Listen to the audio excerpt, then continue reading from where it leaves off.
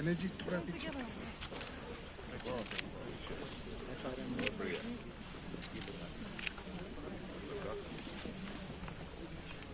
इस योग टनल जिसने बनाया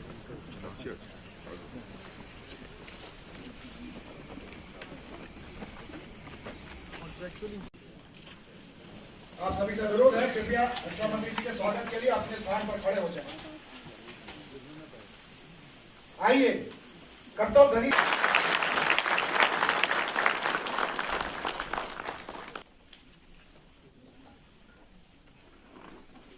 सीमा सड़क संगठन के लिए ये अत्यंत सम्मान की बात है कि माननीय रक्षा मंत्री जी लद्दाख में 125 बुनियादी ढांचा परियोजनाओं का उद्घाटन कर रहे हैं, जो एक साथ राष्ट्र को समर्पित परियोजनाओं का अब तक सबसे बड़ा समूह है। इस वर्ष मई में माननीय रक्षा मंत्री के मार्गदर्शन में 50 परियोजनाएं राष्ट्र को समर्पित की जा चुकी हैं और आज की उपलब्धि सीमावर्ती क्षेत्रों में सीमा सड़क संगठन के कार्य के पैमाने, महत्वाकांक्षा और राष्ट्रीय प्रतिबद्धता को पुष्ट करती है। है वित्त वर्ष 25-26 के लिए 18,700 करोड़ और 1,250 किलोमीटर का लक्ष्य निर्धारित किया गया है और माननीय रक्षा मंत्री के मार्गदर्शन से हम इसे पूरा करने के लिए संकल्पबद्ध हैं।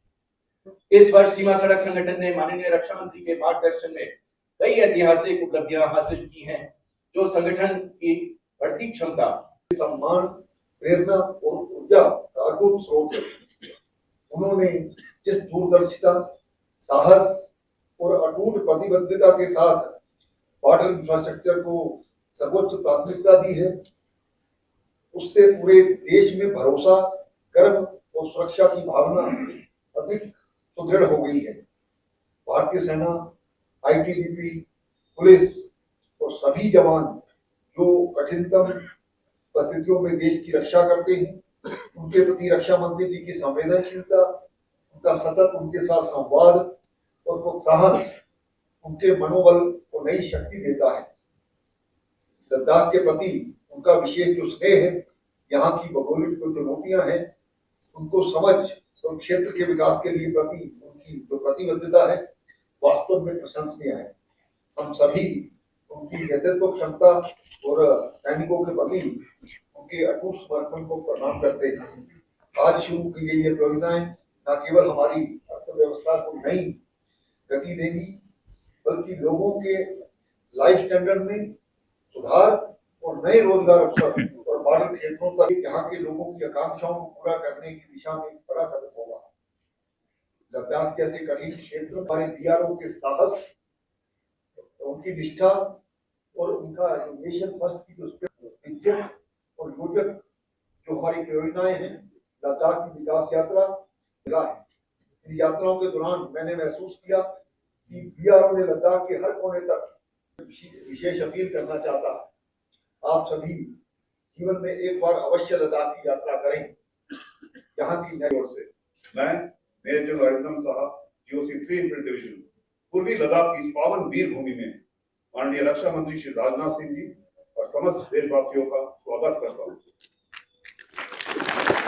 आज हम उन 20 वीर शहीदों के शौर्यपूर्ण कार्यों का पुनस्मरण कर रहे हैं, जिन्होंने 15 जून 2020 के ऐतिहासिक दिन कर्तव्य पथ पर चलते हुए अपने प्राणों की आहुति दे दी। इनकी ये आहुति हमेशा के लिए इतिहास के पन्नों में स्वर्ण अक्षरों से दर्ज रहेगा। विश्व का सबसे ऊंचा युद्ध स्मारक भी है।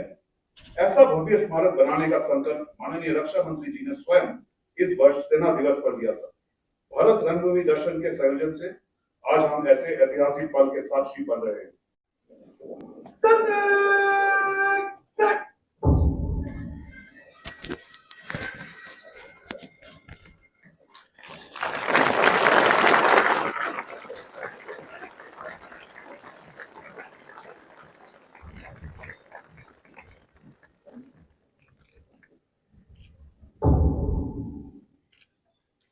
धन्यवाद सर। इसके ठीक नीचे नवनिर्मित गलवान युद्ध स्मारक की एक 3D प्रतिकृति अंकित की गई है। महोदय,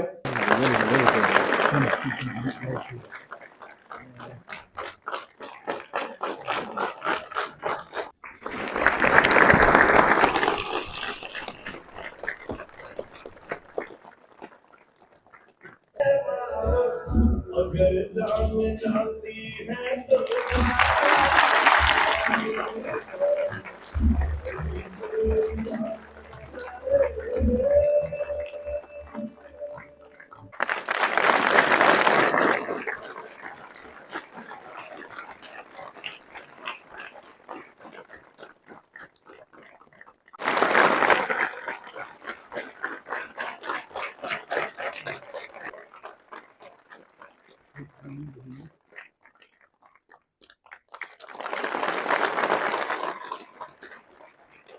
उत्तर पश्चिम से निवेदन है कि वे धन्यवाद ज्ञापन प्रस्तुत करते हुए हमारी कृतज्ञता की अभिव्यक्ति करें। देश को समर्पित किया तथा सीमा सड़क के कार्मिकों को प्रोत्साहित किया। आधारशिला है।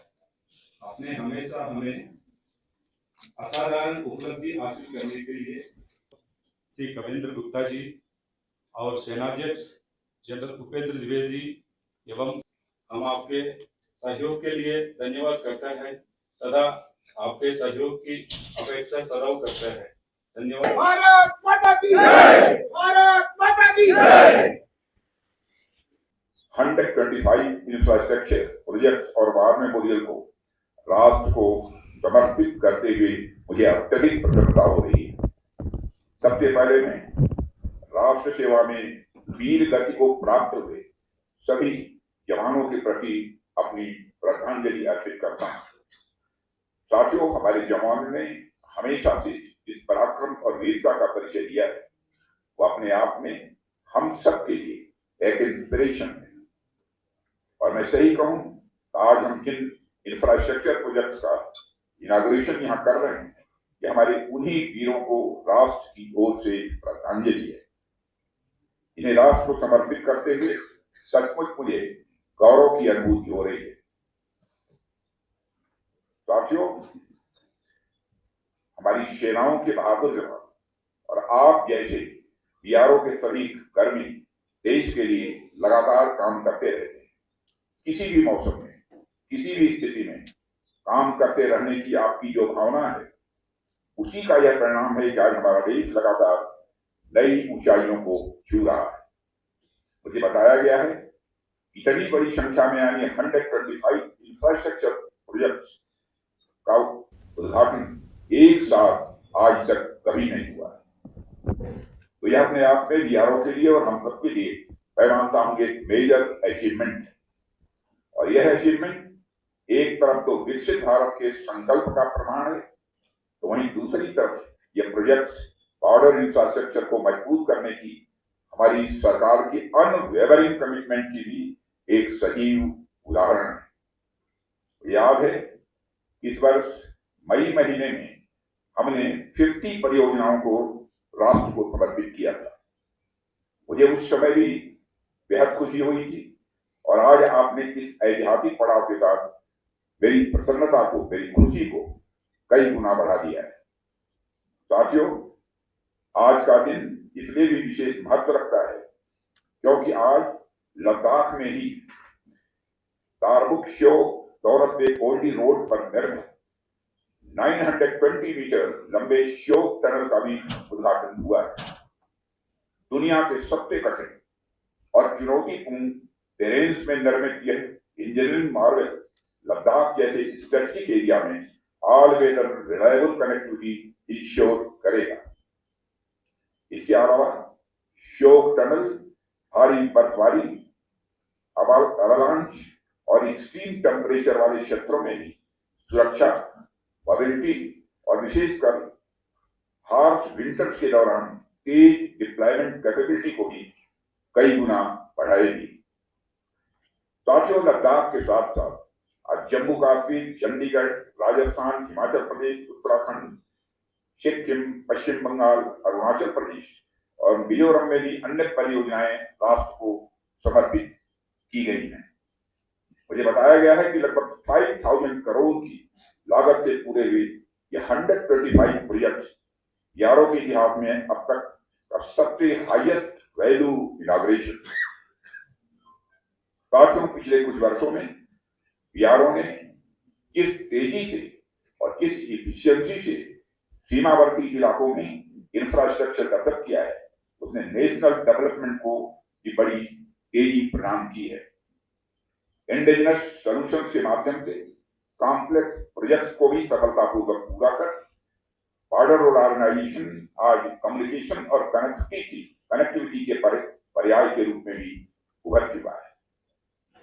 साथियों, मानवता के समूचे इतिहास पर अगर हम नजर डालें तो कम्युनिकेशन और कनेक्टिविटी ने सभ्यताओं, समाजों और विचारों के विकास में केंद्रीय भूमिका निभाई है।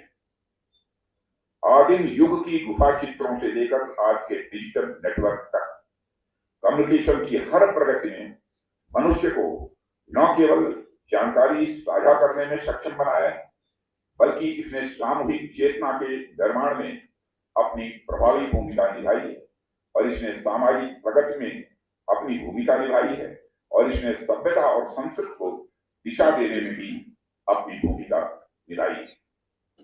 यह एक हिस्टोरिकल फैक्ट है। जिस समाज में कम्युनिकेशन सशक्त होता है, वहां लोकतांत्रिक मूल्यों, सांस्कृतिक विविधता और साइंटिफिक टेम्पर को फलने फूलने का स्वाभाविक रूप से अवसर भी मिलता है। और इस प्रकार कम्युनिकेशन और कनेक्टिविटी केवल तकनीकी तंत्र या उपकरण भर नहीं है, बल्कि मानव सभ्यता के निरंतर विकास के यह आधार स्तंभ भी है। जहां तक राष्ट्र की बात है, तो किसी भी राष्ट्र को विचारों के साथ साथ एक मजबूत फिजिकल फ्रेमवर्क भी चाहिए होता है। किसी भी देश को आगे बढ़ने के लिए रोड, ब्रिजेस, टनल्स इत्यादि चाहिए होते हैं और इन्हीं के आधार पर लॉजिस्टिक्स, ट्रेड, डिफेंस मोबिलिटी और बॉर्डर सिक्योरिटी सब कुछ निर्भर करता है। साथियों, यदि हम बॉर्डर सिक्योरिटी की बात करें तो वहां कनेक्टिविटी के ये टूल्स और भी इंपॉर्टेंट हो जाते हैं, क्योंकि बॉर्डर एरिया में जो रोड्स बनते हैं वो सिर्फ सड़क भर नहीं होते, बल्कि सिक्योरिटी, इकोनॉमी और आर्म्ड फोर्सेस की मोबिलिटी और डिजास्टर मैनेजमेंट सभी के लिए लाइफ टाइम जैसे होते हैं। आज लद्दाख में उद्घाटित किया जा रहा श्योक टनल भी इसका एक बड़ा उदाहरण है। आप देखिए कि सीमावर्ती क्षेत्रों में इन इंफ्रास्ट्रक्चर के कितने फायदे होते हैं। एक तो यह हमारी आर्म्ड फोर्सेस की मोबिलिटी को बढ़ाएगा ही, दूसरा जब भी जरूरत पड़ेगी लॉजिस्टिक्स को बहुत ही स्मूथली हमारी आर्म्ड फोर्सेस तक पहुंचाया जा सकेगा। तीसरा, इस तरह के प्रोजेक्ट्स के चलते टूरिज्म को भी बढ़ावा मिलेगा। चौथा, यहाँ के हमारे बहनों भाइयों को उस बढ़ते टूरिज्म से स्वाभाविक रूप से रोजगार भी मिलेगा और इकोनॉमिक एक्टिविटीज भी वहां पर बढ़ेगी। और पांचवा, लेकिन सबसे महत्वपूर्ण, यहाँ के लोगों में डेवलपमेंट के प्रति, सरकार के प्रति, व्यवस्था के प्रति और लोकतंत्र के प्रति विश्वास भी स्वाभाविक रूप से मजबूत होगा। साथियों, बॉर्डर एरिया में कनेक्टिविटी का बढ़ना किस तरह से मल्टी डायमेंशनल वे में सबको प्रभावित कर रहा है। आज हमारे जवान कठिन इलाकों में इसलिए मजबूती से खड़े हैं क्योंकि उनके पास roads, real time communication system, satellite support, surveillance networks और लॉजिस्टिक्स कनेक्टिविटी, यह सारी चीजें उपलब्ध हैं। बॉर्डर पर तैनात जवान की जिंदगी का एक एक मिनट, एक एक सेकंड ये बहुत ही महत्वपूर्ण होता है। इसलिए कनेक्टिविटी को सिर्फ नेटवर्क, ऑप्टिकल फाइबर, ड्रोन्स, राडार्स तक सीमित करके नहीं देखा जाना चाहिए, बल्कि इसे सुरक्षा के बैकबोन के रूप में ही देखा जाना चाहिए। और भारत जिस तेजी से अपने border roads, tunnels, smart fencing, integrated command centres और सर्विलेंस सिस्टम्स को मजबूत कर रहा है, वह इसी बात का प्रमाण है कनेक्टिविटी और सिक्योरिटी अब एक दूसरे से अलग नहीं रह गए। साथियों, आज जब मैं लद्दाख में कम्युनिकेशन और कनेक्टिविटी की विशेषता पर बात कर रहा हूं तो मैं आपसे इसकी जरूरत पर भी कुछ बातें करूंगा। आज यदि मैं हमारी सेनाओं से मिलने देश के किसी भी कोने में पहुंच जाता हूं तो यह मजबूत कम्युनिकेशन और कनेक्टिविटी की वजह से ही संभव हो पाता है। जैसा कि मैंने पहले भी कहा था, कम्युनिकेशन को सिर्फ इंफ्रास्ट्रक्चर से जोड़कर नहीं देखा जाना चाहिए। यह बहुत व्यापक शब्द है। कम्युनिकेशन समाज की शांति, हार्मनी और अंडरस्टैंडिंग के लिए भी बहुत ही आवश्यक है। समाज के हर वर्ग के बीच में और समाज के हर वर्ग तथा सरकार के बीच में लगातार कम्युनिकेशन का यह सिलसिला चलते रहना चाहिए। डिप्लोमेसी हो, सामाजिक संबंध हो या परिवार हो, अगर कम्युनिकेशन कमजोर हो जाए तो संबंध प्रायः कमजोर पड़ जाते हैं। इसलिए हमारा हमेशा यह प्रयास रहा है कि लद्दाख समेत जितने भी बॉर्डर एरियाज हैं उनके साथ हमारा कम्युनिकेशन और कनेक्टिविटी और अधिक मजबूत हो। इसका एक और उदाहरण है मैं आपके सामने दूं। कभी हाल में ही चाणक्य के डिफेंस डायलॉग के दौरान मैंने लद्दाख में 200 किलोवाट की green hydrogen based microgrid power plant का भी उद्घाटन किया था, जो इस रीजन के साथ साथ आसपास के रीजन के लिए भी बहुत ही लाभकारी सिद्ध होगा, ऐसा मेरा विश्वास है। हम हमारे बॉर्डर एरिया के हॉलिस्टिक डेवलपमेंट के लिए पूरी तत्परता के साथ, पूरे मनोयोग के साथ काम कर रहे हैं। साथियों, हमारी सरकार, हमारी आर्म्ड फोर्सेस और बॉर्डर रोड ऑर्गेनाइजेशन जैसे ऑर्गेनाइजेशन आपके साथ खड़ी हैं, आपके दिलों से मजबूती से जुड़ी हैं। हमें बस इस जुड़ाव को और मजबूत करते रहना है ताकि हमारा संबंध किसी भी बाहरी तत्व से प्रभावित न होने पाए। और इस संबंध में मैं ऑपरेशन सिंदूर की चर्चा यहां पर जरूर करना चाहूंगा। अभी कुछ ही महीने पहले हमने देखा जब पहलगाम के दुर्दांत आतंकी हमले का जवाब देते हुए हमारी आर्म्ड फोर्सेस ने ऑपरेशन सिंदूर को प्रभावी तरीके से अंजाम दिया, तो आतंकियों का क्या हर्ष किया ये दुनिया जानती है। वैसे करने को तो हम बहुत कुछ कर सकते थे, लेकिन हमारी सेनाओं ने पराक्रम के साथ साथ धैर्य का भी परिचय देते हुए उतना ही किया जितना कि आवश्यक था। इतना बड़ा ऑपरेशन इसलिए संभव हो पाया क्योंकि हमारी कनेक्टिविटी स्ट्रांग थी। हमारी आर्म्ड फोर्सेस के पास सही समय पर लॉजिस्टिक्स को पहुंचाया जा सका। बॉर्डर एरिया के साथ भी हमारी कनेक्टिविटी बनी रही, जिसने ऑपरेशन सिंदूर को ऐतिहासिक सफलता दी। साथियों, ऑपरेशन सिंदूर के दौरान हमारी आर्म्ड फोर्सेज और सिविल एडमिनिस्ट्रेशन के साथ बॉर्डर एरिया के नागरिकों का जो कोऑर्डिनेशन देखने को मिला है वह भी अपने में इनक्रेडिबल है। मैं लद्दाख के साथ साथ बॉर्डर एरिया के हर नागरिक को हमारी आर्म्ड फोर्सेज का सहयोग देने के लिए आभार प्रकट करता हूं। यह कोऑर्डिनेशन, यह म्यूचुअलिज्म ही हमारी पहचान है। हमारा आपसी जुड़ाव ही हमें दुनिया में सबसे अलग पहचान दिलाता है। साथियों, न केवल सिक्योरिटी, न केवल इंफ्रास्ट्रक्चर डेवलपमेंट, बल्कि इकोनॉमिक प्रॉस्पेरिटी के संबंध में भी हमारी कनेक्टिविटी और कम्युनिकेशन का एक बहुत ही महत्वपूर्ण योगदान रहा है। उदाहरण के लिए अभी हाल ही में यानी 2025-26 के दूसरे क्वार्टर में भारत की जीडीपी ग्रोथ यानी 8.2% तक पहुंची। उसके पीछे का एक बड़ा फैक्टर हमारी मजबूत कनेक्टिविटी और कम्युनिकेशन रहा है। और यह ग्रोथ सरकार की प्रो ग्रोथ पॉलिसी और रिफॉर्म के साथ साथ हम सभी भारतीयों की मेहनत का ही यह परिणाम है। दुनिया भर में तमाम चैलेंजेज आए, कई जगहों पर युद्ध देखने को मिले, कई जगहों पर छोटे मोटे कॉन्फ्लिक्ट्स भी देखने को मिले। ऑपरेशन सिंदूर के बाद हमें भी एक बड़ा कॉन्फ्लिक्ट देखने को मिला, लेकिन उन तमाम चुनौतियों के बावजूद हमारी अर्थव्यवस्था कहीं रुकी नहीं। उन तमाम चुनौतियों के बावजूद हम आगे बढ़ते रहे। आज इस महत्वपूर्ण अवसर पर मैं lieutenant general Shri Raghu Srinivasan, PG border road organisation और बीआरओ के सभी जितने भी ऑफिसर्स हैं, कर्मी हैं, सेना के जवान, सबकी मैं हृदय से भूरी भूरी सराहना करता हूं, उनकी प्रशंसा करता हूं। साथियों, बीआरओ ने किस तरह से देश के सीमावर्ती इलाकों को भारत के बाकी हिस्सों से जोड़ा है वह अभूतपूर्व है। और मैं कह सकता हूं इसके पहले इस तरीके से बीआरओ को काम करते हुए इस देश ने नहीं देखा था जो विगत कुछ वर्षों में बॉर्डर रोड ऑर्गेनाइजेशन ने काम किया है।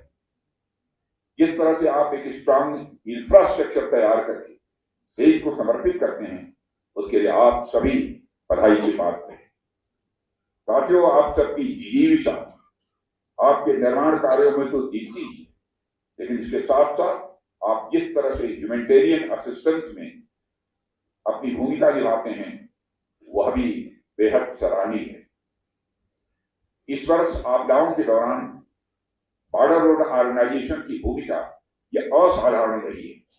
चाहे वह माना में हुआ हिमस्खलन हो, चाहे 72 घंटे के अथक प्रयास के बाद 46 मजदूरों को बचाया गया, या उत्तरी सिक्किम में 1600 से अधिक फंसे हुए पर्यटकों की निकासी का मामला हो, बॉर्डर रोड ऑर्गेनाइजेशन के बचाव दलों ने साहस के साथ प्रतिक्रिया दी।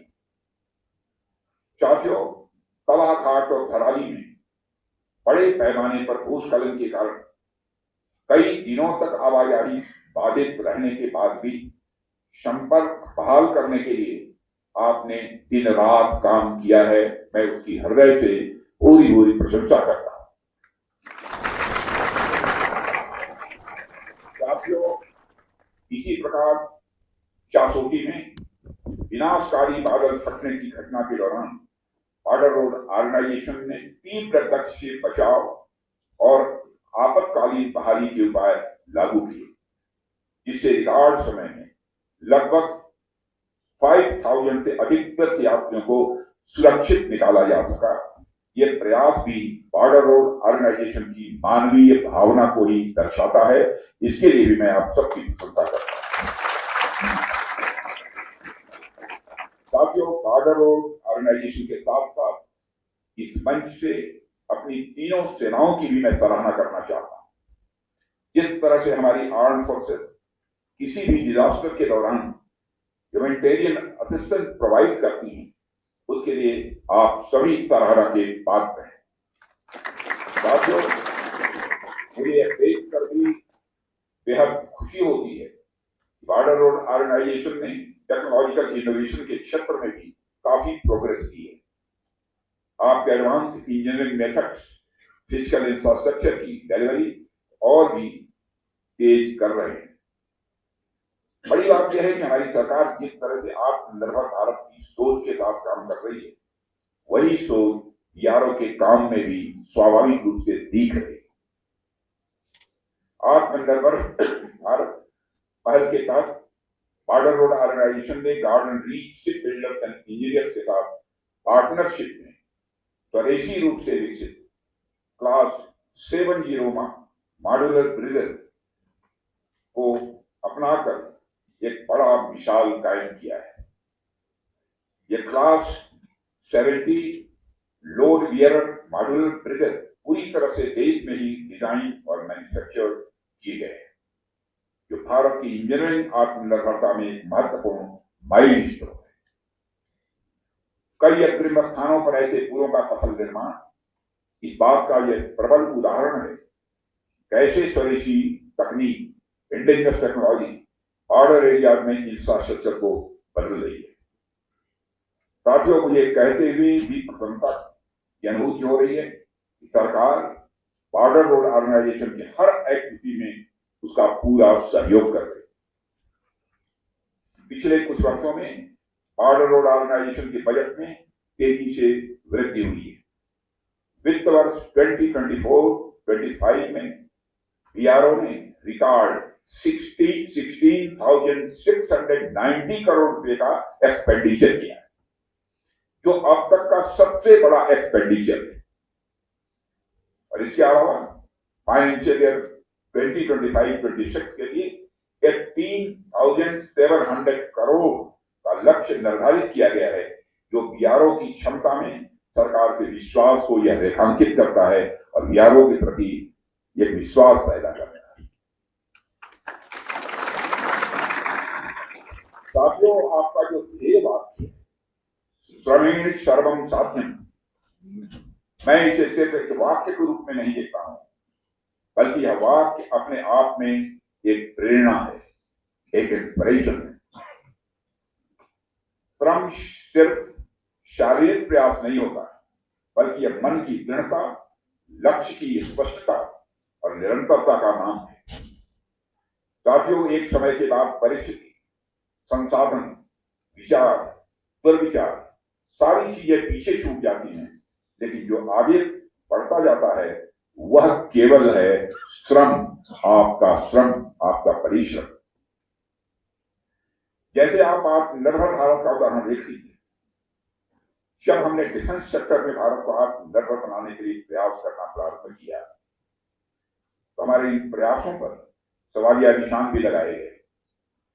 हमारे पास ऐसा कोई कंक्रीट सिस्टम नहीं था कि हम भारत में आर्म्स एंड इक्विपमेंट बना पाए, लेकिन हमारे प्रधानमंत्री मोदी जी के मार्गदर्शन में हमने डिफेंस सेक्टर में इंपोर्ट बेस्ड कंट्री थे, लेकिन हमने मेहनत जारी रखी प्रधानमंत्री जी के नेतृत्व में, और पिछले 10 वर्षों में हमने जो मेहनत की उसका परिणाम आज हमें मिल रहा है।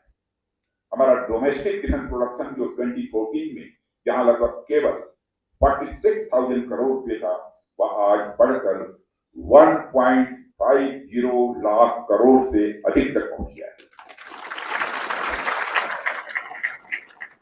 इसके अलावा डिफेंस एक्सपोर्ट जो 10 वर्ष पहले अप्रॉक्सिमेटली 1,000 करोड़ रुपए हुआ करता था, आज वह अप्रॉक्सीमेटली 25,000 करोड़ रुपए तक पहुंच गया। यह तो सिर्फ एक उदाहरण मैंने आप सबके सामने रखा है। ऐसे हजारों उदाहरण आप अपने आसपास देख सकते हैं। न सिर्फ रक्षा क्षेत्र में, बल्कि पिछले 10 वर्षों में हमने अनेक नए IIT और अनेक नए IIMs बनाने के साथ साथ देश भर में लगभग 400 नई यूनिवर्सिटीज भी स्थापित की हैं। जिस तरह से हमने अपने कार्यकाल में सड़क, एयरपोर्ट और रेलवे में इंफ्रास्ट्रक्चर डेवलपमेंट को बढ़ावा दिया, देश दुनिया में उसकी मिसालें पेश की जाती। 2014 तक जहां भारत के पास 97,000 किलोमीटर तक के नेशनल हाईवे थे, वहीं प्रधानमंत्री मोदी जी के नेतृत्व में आज इनकी संख्या बढ़कर लगभग 1.5 लाख किलोमीटर तक पहुंची। 2014 में भारत के पास जहां पर केवल 74 एयरपोर्ट्स हुआ करते थे, वहीं आज मोदी जी के नेतृत्व में उनकी संख्या 2 गुनी हो गई। कुल मिलाकर यदि कहना हो साथियों तो मैं कह सकता हूं कि आपकी सफलता उसी पर टिकती है कि आपने कितना परिश्रम किया है। साथियों, अगर श्रम रुक गया, परिश्रम रुक गया, तो प्रगति भी स्वाभाविक रूप से रुक जाएगी। अगर प्रयास कमजोर हुआ तो परिणाम भी स्वाभाविक रूप से कमजोर हो जाएंगे। इसलिए श्रम कोई विकल्प नहीं है, श्रम अनिवार्यता है। श्रम आज के समय की यह जरूरत है। श्रम एक भावना है जो हम सबके अंदर रहनी चाहिए। आप आज जितना श्रम कर रहे हैं, यारों का नाम उतना ही ऊंचा हो रहा है। देश का विकास और तेजी के साथ हो रहा है। आपका यही श्रम आने वाले वर्षों में आपकी पहचान, आपकी उपलब्धियां और आपका गौरव बनकर आपके साथ खड़ा होगा।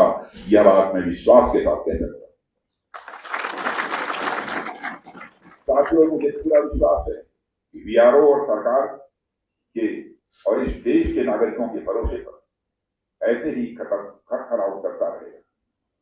क्रमेण सर्वम साध्यम, यह आपकी जो भावना है वो इसी प्रकार असंभव को भी संभव बनाती रहे। साथियों, आप इसी तरह राष्ट्र की दूरस्थ सीमाओं को भी देश के बाकी हिस्सों से जोड़ते रहेंगे और लोगों के दिलों में अपनी जगह इसी तरह बनाते रहेंगे, ऐसा भी मेरा पक्का विश्वास है। इन्हीं शुभकामनाओं के साथ एक बार मैं director general VRO lieutenant general Shri Raghu Srinivasan ji और साथ उनकी पूरी टीम और VRO के जितने भी कर्मी हैं, उनके प्रति उनको मैं फिर से साधुवाद देता हूं, उनकी पूरी प्रशंसा करते हुए, और यहीं पर मैं अपनी बात समाप्त करता हूं। आप सबको बहुत बहुत